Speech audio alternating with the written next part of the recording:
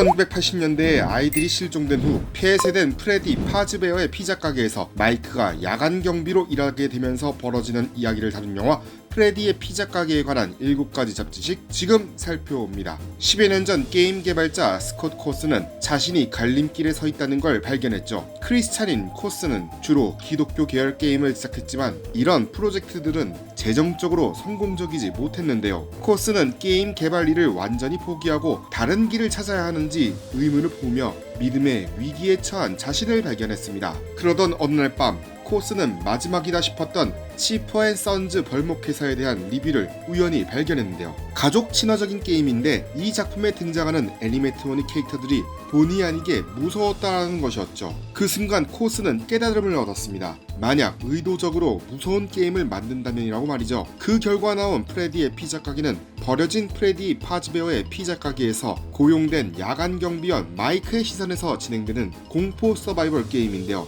자정부터 오전 6시까지 프레디, 보니, 치카, 폭시라는 애니메트로닉 캐릭터들의 위협으로부터 살아남아야 한다는 구성이 인상적이었죠. 세계적으로 인기 있는 유튜버들에 의해 플레이되면서 신드롬을 일으켰고 팬들의 지지 속에 다양한 게임 시리즈와 스피노프 그리고 3부작 소설이 후속 발매되며 글로벌 프랜차이즈로 거듭났습니다. 당연히 할리우드도 프레디의 피자 가게를 영화화하는 걸 원했는데요. 하지만 스콧 코스는 영화화에 회의적인 입장을 갖고 있었습니다. 게임을 영화로 각색하는 과정에서 실패한 사례가 많아서 자신의 창작물을 정당하게 보호하고 싶었기 때문이었죠. 호러 영화의 명가로 거듭난 블룸하우스의 설립자이자 제작자인 제이슨 블룸은 스콧 코슨과는 10년 전에 처음으로 인연을 맺었지만 당시 그는 다른 제작사와 영화에 대해 논의 중이었다. 그를 1년간 열심히 쫓아다녔고 결국 협업을 시작하게 됐다라고 회상했습니다. 덧붙여 스콧 코슨과 점차 알아가면서 서로에 대한 신뢰가 쌓였고 우리는 훌륭한 파트너로 8년간 이어온 프레디의 피자 가게를 완성할 수 있었다. 바라건대 이 작품이 우리가 함께 만드는 많은 영화 중 첫 번째 영화가 될 것이라고 이야기했죠. 제작자 스콧 코스는 프랜차이즈의 대부로 원작이 가진 정체성을 유지하는 데 힘썼는데요. 그는 프랜차이즈에 익숙하지 않은 사람들이 영화를 즐길 수 있도록 만드는 것도 중요하지만 처음부터 플레이한 사람들이 없었다면 이 영화는 만들어지지도 않았을 것이 현실이다. 내가 이 일을 하게 된 것도 팬 덕분이기에 그들을 위해 만들어주는 게 모두의 최우선 과제였다라면서 초기 시나리오를 작성해 나갔죠. 스콧 코슨과 작가진은 과거의 트라우마에서 벗어나지 못한 주인공이 현실의 서바이벌 속에서 살아남아야 하는 극한의 상황에 약간의 유머를 첨가했는데요. 특히 관객들의 시선이 영화의 상징인 마스코트들에게 쏠릴 것을 예상하면서도 이야기 안에 있는 인간성에 더욱 집중하기로 했습니다. 엠마 타미 감독은 본질적으로 유령의 집에 나오는 영화이기 때문에 관객들이 인간 등장인물들, 특히 주인공 마이크에게 투자하지 않는 한 그 공포는 절대 가라앉지 않을 것이라고 이야기했죠. 어린 여동생 에비의 후견인이 되기 위해서 마이크는 프레디 파즈베어의 피자 가게에서 야간 경비원으로 새롭게 일을 맡는데요. 동시에 12살인 시절 자신의 남동생 게럿이 낯선 남자에게 끌려간 사건을 성인이 된 지금까지도 꿈을 통해 되새기고 있죠.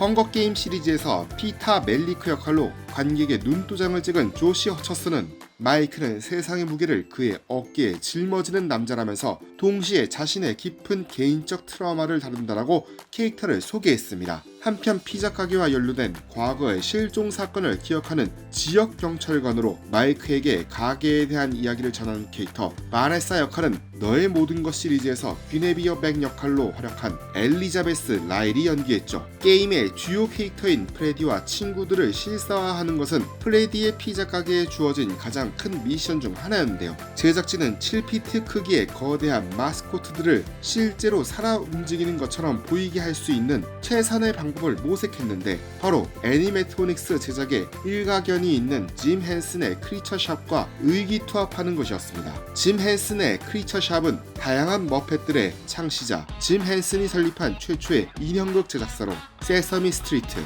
개구리 커밋, 닌자 거북이 등 사실적이면서도 독특한 모습으로 대중들의 사랑을 받았던 캐릭터들을 실사화한 곳이죠. 짐 헨슨의 크리처샵 수석 디자이너로 활약하고 있는 로버트 베넷의 진두지휘하에 프레디의 피자 가게의 모든 애니메트로닉스들은 모두 수제로 완성됐습니다. 조시 허처스는 배우로서 애니메트로닉스와 연기할 수 있다는 것은 특별한 경험이었다. 이 이들이 살아 움직이는 것을 볼 때마다 대단함을 느꼈고 높은 퀄리티 때문에 실제로도 공포심을 불러일으키는 비주얼이라 연기할 때 도움이 됐다라고 언급했는데요. 파이퍼 루비오도 그저 초록색 옷을 입은 사람들일 거라 생각했지만 아니었다. 마스코트들을 만날 때마다 껴안아주곤 했다라고 이야기했죠. 참고로 캐릭터들이 멈춰 있어야 하는 장면을 위해 원격 장치로 컨트롤할 때를 제외하고는 실제로 스턴트맨들이 거구의 애니메트로닉스 안에 직접 들어가 움직임을 구현했는데요. 스턴트맨들이 하나의 애니메트로닉스 슈트를 입는 데만 대략 3명의 스태프가 필요했고 움직임이 가장 복잡했던 폭시 캐릭터는 무려 6명의 조종사가 투입됐을 정도로 움직이는 마스코트들을 영화에 담아내는 것은 고행이었죠.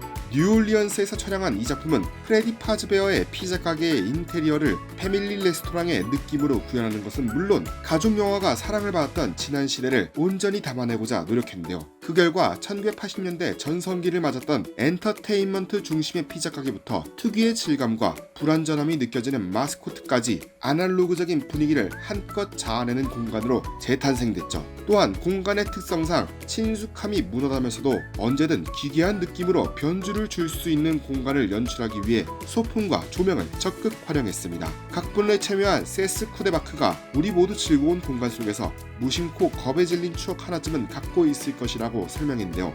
린 몬크리프 촬영 감독은 아리 알렉사 65 카메라로 애니메트로닉스와 캐스팅을 한 프레임 안에 모두 담으려 시도했고 애니메트로닉스의 시점 촬영은 긴장을 증가하는 방법으로 종종 사용됐습니다. 지금까지 프레디와 피자 가게에 관한 7가지 잡지식이었습니다. 좋아요, 구독, 알람 설정 버튼 꼭 눌러주시고 다음 시간에 만나요.